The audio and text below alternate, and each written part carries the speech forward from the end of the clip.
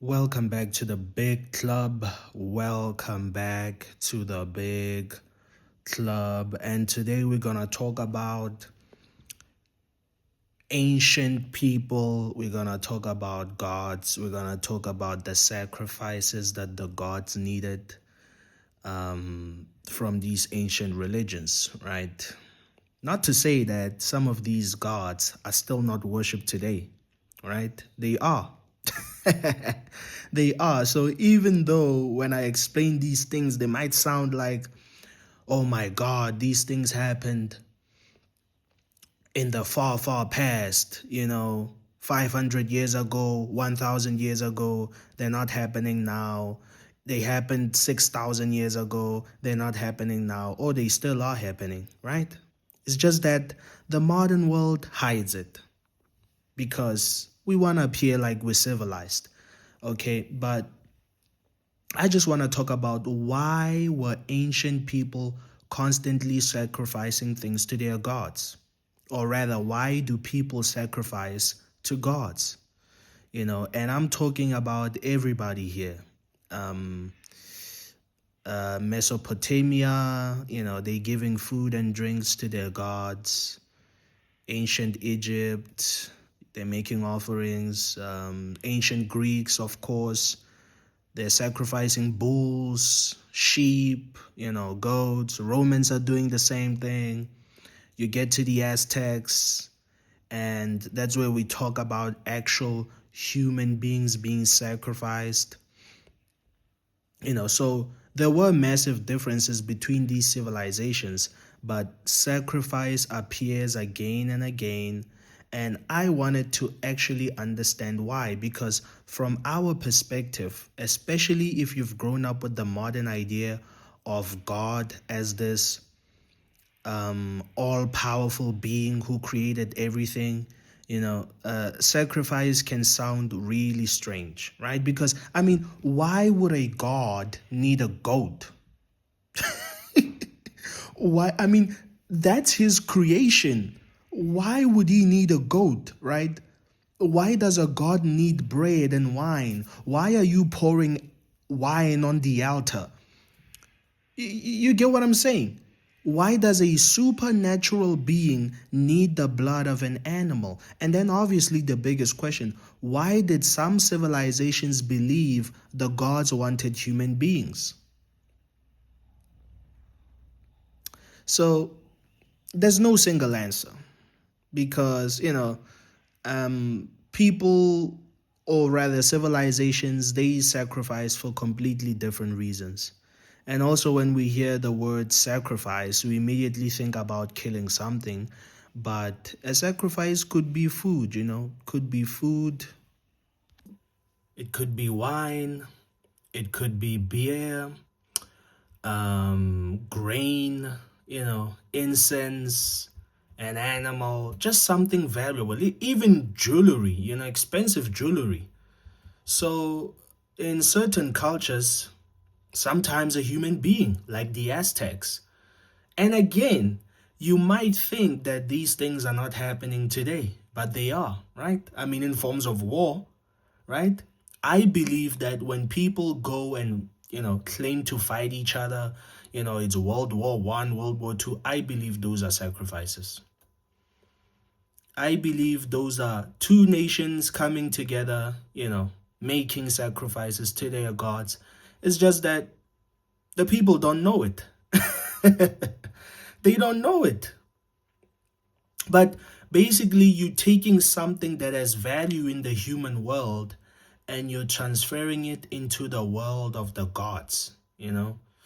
So if we start with Mesopotamia, we're talking about the Sumerians, the Assyrians, those used to be like in Iraq, in the region of Iraq, today, modern day Iraq, and their understanding of the gods was completely different from how people imagine God today. Their gods were incredibly powerful, obviously, but they were also surprisingly human.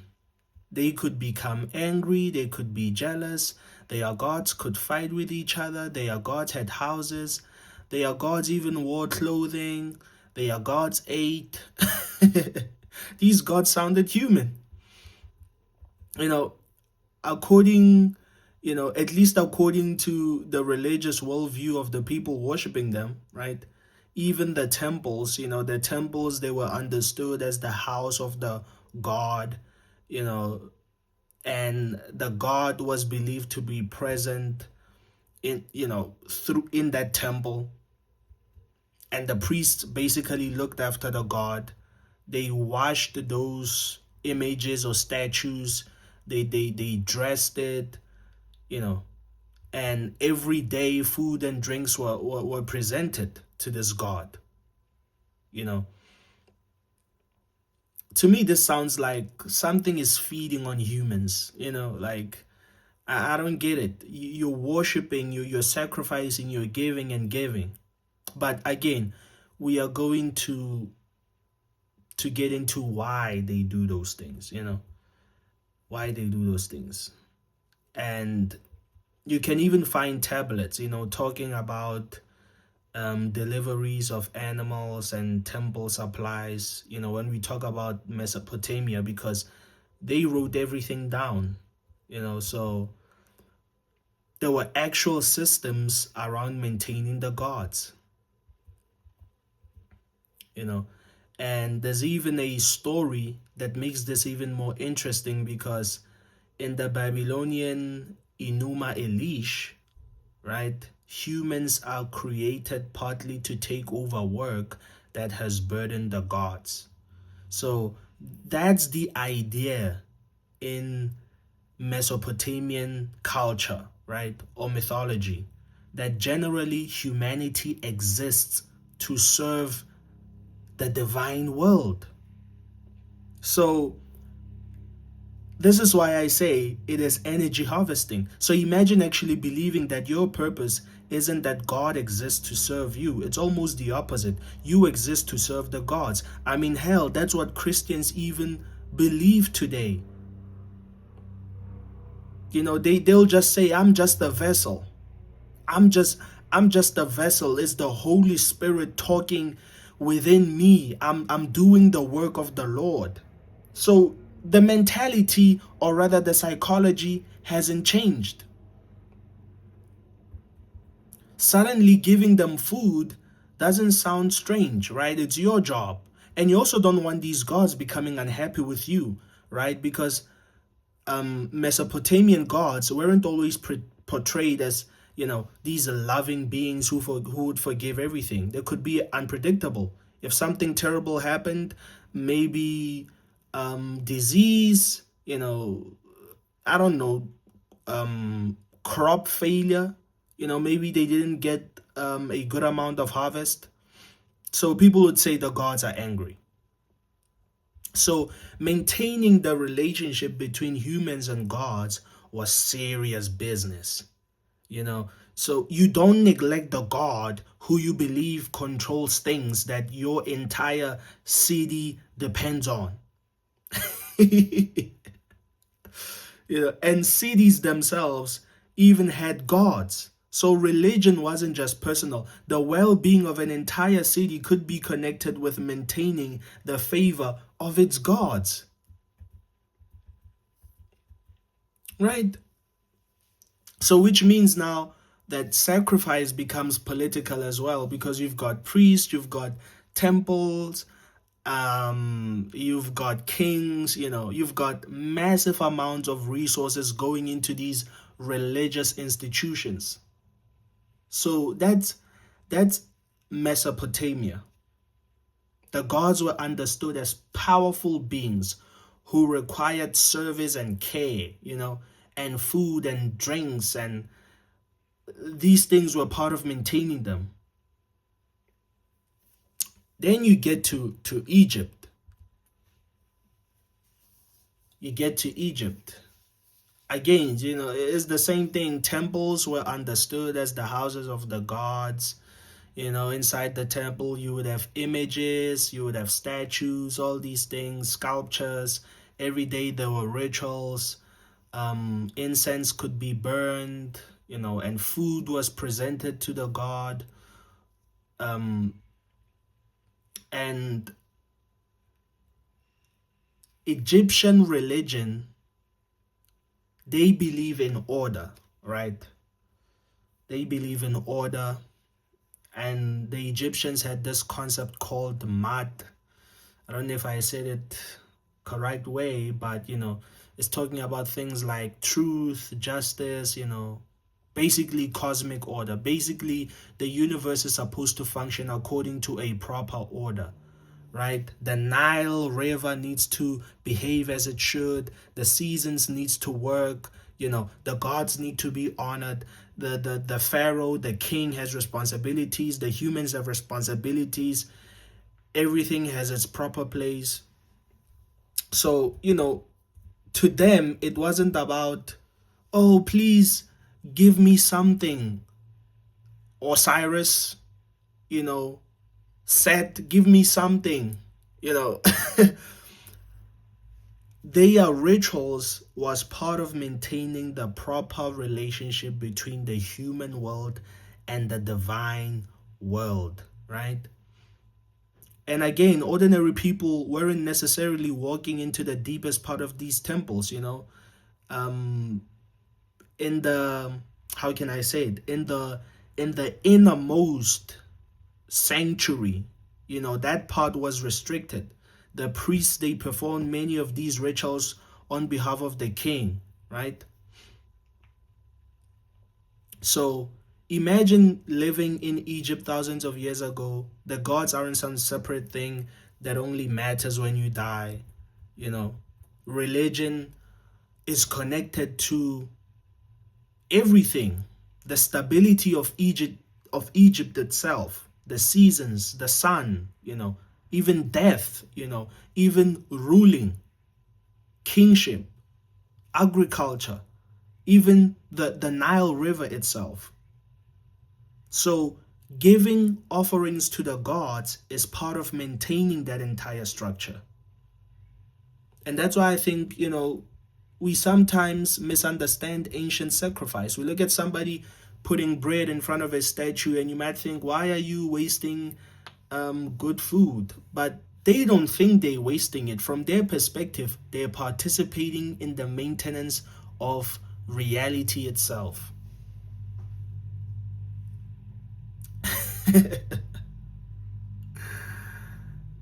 So it's interesting, man. Like, it's really, really, really interesting. So if we want to talk about the Greeks, now we're talking about animals. We're talking about animals, sheep, goats, pigs. But there's something that people don't realize. They weren't necessarily killing an animal and then throwing the entire thing away, right? So what happens is that the animal would be killed, right? As per the ritual, the ritual suggested that the animal should be killed. Then certain portions of the organs would be associated with the gods, and the meat would be consumed by whoever was there. So imagine you're going to a religious festival and there's some kind of a process. You've got music, you've got people gathering there at the sanctuary. They've decorated the animal, it's brought toward the altar. You've got prayers, and then the sacrifice happens. They take the parts, offer it to the god, and then people eat. And this happened publicly. It happened together, whether it be religion or community or even politics. All of these things were taking place at the same time, basically. And there was also symbolism in the animal itself, right? So you don't just take a random goat walking past. So there could be requirements, involving like the animal's age, color, all these things, condition. Maybe it could be pregnant, whatever. Certain animals were considered appropriate for certain gods. That's basically what I'm saying, So those are the ancient Greeks, man, and there were multiple ways of giving something to a deity. You're honoring the god by giving them something valuable. If you're asking, I don't know, Zeus or Apollo or Poseidon for a favor, you're not necessarily approaching them empty handed. You're establishing a relationship. You're showing respect, you're giving, and you're hoping for divine favor in return. So, ancient Greek religion wasn't exactly the same thing as modern Christianity, where belief itself is the most important thing. No, the correct ritual method. You do the right thing, you honor the God, and you give the proper offering, and you don't offend them, and hopefully the relationship between your community and the gods remain good. That's it. That's it. So now somebody might ask, why animals, Why not just give bread every time, right?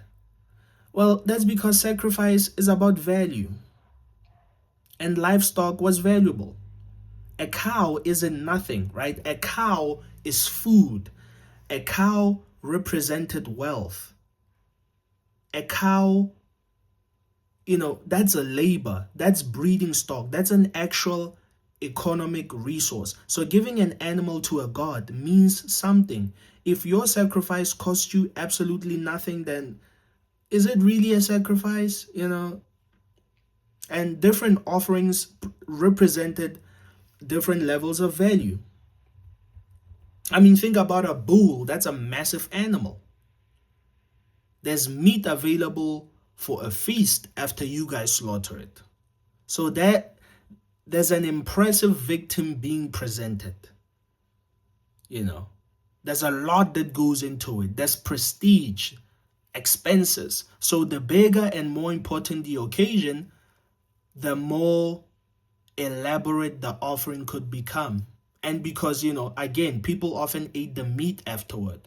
So the sacrifice also, distributed food. So religion and economics, they kind of overlap, That's something that keeps happening when you study these ancient societies, They kind of just work together. A sacrifice can be political, religious, economic, and social at the same time. Like I told you, the world wars that are happening, right? It impacts the politics, it impacts the economies, it also impacts religion, So when we get to humans, human sacrifice was not simply, the normal step of every ancient sacrificial system. You cannot say Greeks sacrificed goats, the Aztecs sacrificed humans is the same thing. No, different civilizations had different beliefs, right? They had different rituals. They just had their own different reasons for doing what they did. But the Aztec, their sacrifice was tied to their understanding of how the universe itself worked. This wasn't simply, our gods enjoy murder. No. They believe that humanity owed a debt to the gods.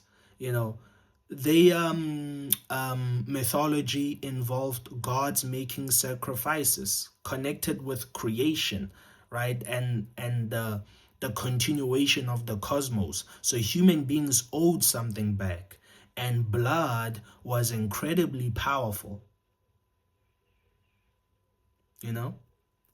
So human blood could be understood as a precious substance offered to divine powers, right? They had their gods of war. The name might be a bit difficult for me to pronounce. Forgot the name. So it starts with an H or something. Huitzilopochtli, something like that. Huitzilopochtli, something like that. So that god of war was associated with the Mexica people, you know. So the sun wasn't just, and also the sun, by the way, it was associated with the sun and the people, the Aztecs, the Mexica people. So the sun wasn't simply, you know, like a ball of gas from their perspective, like science wants us to believe. You know, the movement of the sun was connected to divine struggle. That's what they believed. And the sun needs strength. And human blood and the hearts, the beating hearts that were offered to the sky, could become nourishment. So when a captive is sacrificed, from the Mexican religious perspective, this is not meaningless killing. This is helping maintain the cosmos. The sun needs to continue moving. Life needs to continue. The God sacrificed for humanity. Now humanity owes the gods. That's what they believed. And if you actually believe the sun continuing to rise depends partly on humans fulfilling their ritual obligations, you can understand why this becomes extremely serious. Imagine believing that if your civilization stops doing this, the sun could fail. I mean, you're not going to say, maybe we should skip the ceremony this year. Because as far as you're concerned, existence itself is on the line. And again, warfare became connected to this because captives could be taken for sacrifice. Right? Right? So, sacrifice nourishes the gods maintain cosmic order. You know, the state also becomes powerful in the process. It's religion, it's warfare, it's politics, all feeding into each other. You know, so these things happened, man, and there's evidence, you know, archaeological evidence, you know, so many evidence that these things happened. It wasn't some tiny hidden practice, you know, so sacrifice was deeply integrated into the Mexica religious life, you know. So when we talk about the blood represents life. So offering blood means offering part of your own life force, right? That's why blood becomes so powerful symbolically. And once you understand that, you start understanding why sacrifice appears so frequently in religious history and even today, because they're still offering blood to these gods. We just don't know it, right? And not every sacrifice was about asking for something. That's another misconception. People weren't always sacrificing because they wanted something. Yes, you know, sometimes you want rain, you want victory, you know, you want fertility, you want protection. But sacrifices, they could also express gratitude. You know, they could purify, they could cleanse, they could maintain an existing relationship with the divine. Imagine growing up in a society where you've watched sacrifices your entire life. Your parents watched them, your grandparents watched them, you know. So this is reality. It's completely normal. It's not some bizarre thing that you're discovering on YouTube, you know. Everybody participates. So yeah, man, that's really the answer. Why did ancient people sacrifice to the gods? Because in many ancient societies, humans believe they existed in an ongoing relationship with supernatural powers, and relationships require obligations. Sometimes the gods had to be fed, they had to be honored, they had to be thanked. Sometimes people wanted something from them. Sometimes the ritual had helped maintain cosmic order. That's it. That's it. I mean, you don't have to agree with it, but that's what happened, you know? So, yeah, man, that's what we talked about today. This is the Big Club. I'll see you guys on the next one.